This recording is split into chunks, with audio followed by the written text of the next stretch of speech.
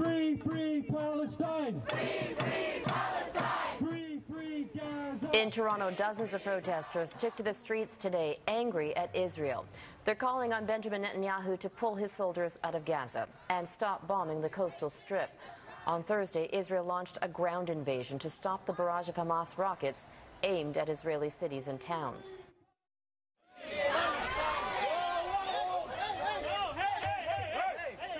And the polarizing crisis in the Middle East got too close for comfort in Calgary. A heavy police presence was required to separate dozens of pro-Palestinian demonstrators who clashed with a smaller group of Israel supporters.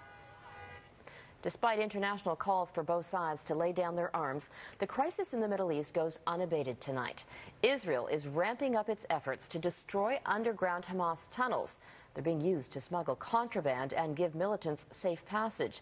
Today, some Israeli soldiers were airlifted to hospital after suffering injuries in the war zone. But as is usually the case in these conflicts, civilians are paying the heaviest price.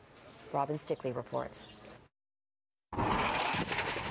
Determined to cripple Hamas, Israeli forces strike from the air and from the ground, an all-out offensive in Gaza. Their targets? Blasting Hamas rocket launching sites and these secret underground tunnels built by Hamas. In this Hamas-produced video, a look at the elaborate system to smuggle goods and stage attacks on Israel. Infiltration tunnels that can pack 10, 20, 30 people in a line, all armed to the teeth, that will, at a moment's notice, will charge into Israel. Footage released by the Israeli Defense Force shows suspected militants running from what's reported to be a rocket site just before it's hit. Originally describing this incursion as a limited operation, Israel's Prime Minister Netanyahu says the nation had no choice but to take action. He's now ordered more troops be on standby to join the fight. We want to fight. We want to finish Hamas. Gaza is densely populated and a very small area.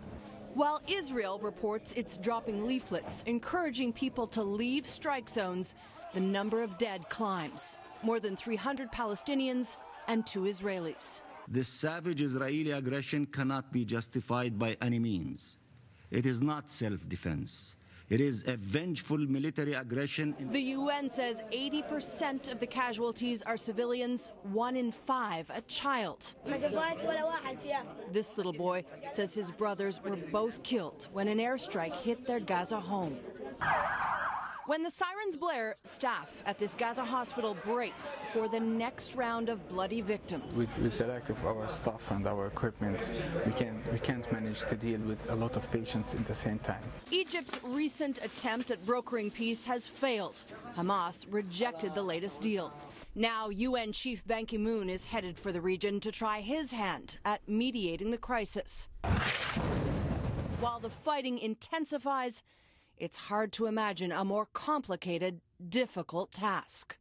Robin Stickley, Global News, Washington.